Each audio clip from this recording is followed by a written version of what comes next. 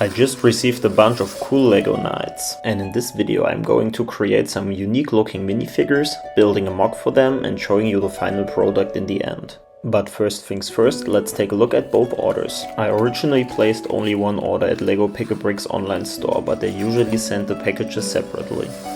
After sorting the items real quick, it was finally time to build my Black Falcon Knights army. I do have some extra parts in my collection already, which I'm going to use as well. Let's grab this archer from the new CMF series. I take the figure apart because I only need the torso without the arms and legs. Now you can slowly see why I took the figure apart. I want to make a fully geared out knight of this torso because I want to have a cool commander for my army. After adding the cape, the figure slowly takes shape. All I had to add now was a head, helmet and some weapons, and for sure he needs some guards. But there are still the arms and legs of the archer left. I've combined the pieces with a regular Black Falcon Knight's torso and created an archer. And of course I had to add a falcon to him. Now I just had to create some regular knights. Because I don't want them to look like a clone army, I use individual heads for each figure. After adding helmets, weapons and shields, they were ready to defend the city.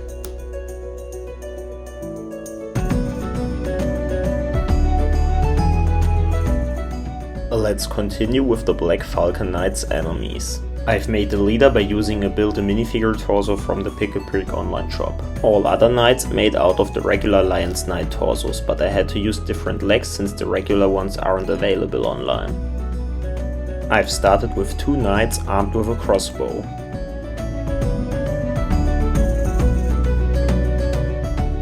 The next two are spearmen and the final figures are armed with a sword and a shield.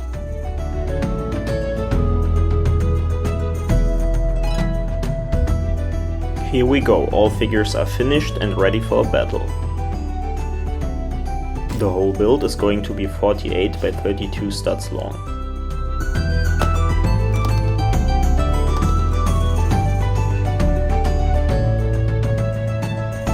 The mock is separated by a river, which I'm going to build now. LEGO rivers look way more natural when you don't fully press the tiles onto the plates.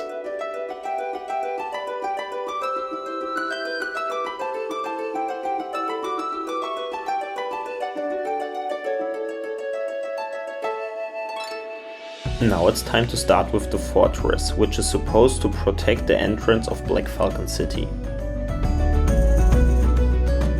Since the wall fully sits in the water, I've decided to make some green details at the bottom of the wall.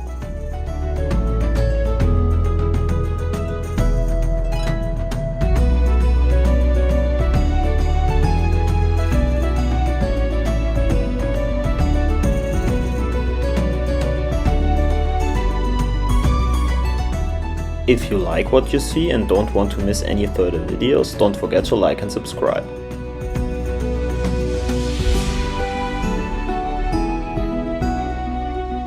Now it's time to add the wall onto the rest of the mock. I always prefer angles in the mock since it looks way more interesting, that's why I've also placed this wall in an angle.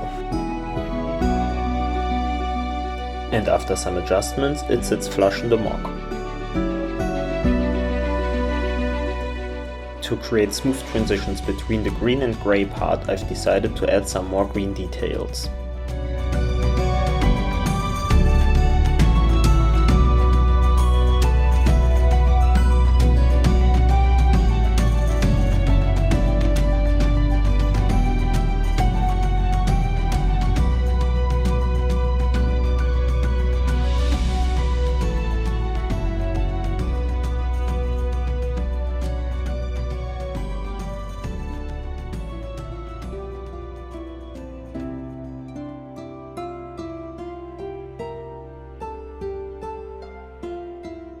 Because of the river, I had to include a bridge which leads into the city.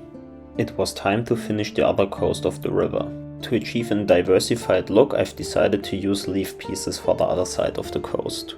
The use of only one 1x1 plate allowed me to place the leaf pieces in an angle.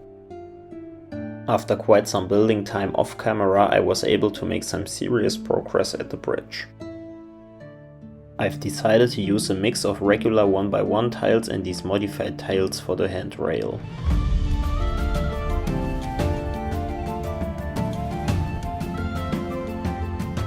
The floor pattern is very simple. I just used some regular 1x1 tiles, round tiles and plates to place some minifigures at it. And at the right you already can see the battle between the Lion Knights and the Black Falcon Knights at the bridge.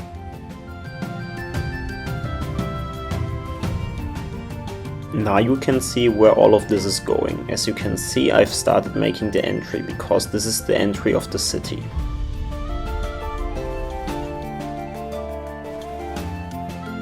After a lot of preparations, I'm finally able to film again. As you can see, it was quite complicated to place the angled wall right next to the rest of the MOC. The cheese slope's really helping to create a smooth looking corner right here.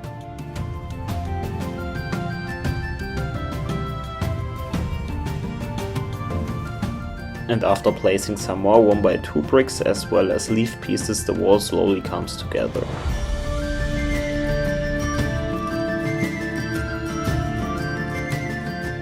I had to build a wall on the other side of the MOC as well, because I wanted to create an area where soldiers can stand to protect the city from above.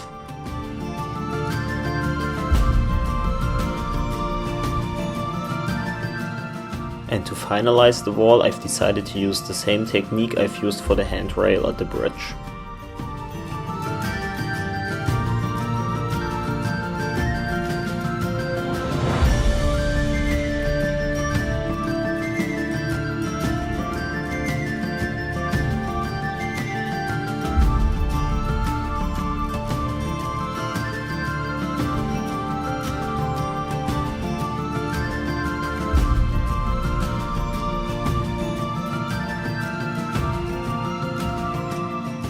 Now we are pretty close to finish the whole build. I just have to add some foliage here at this side of the MOC.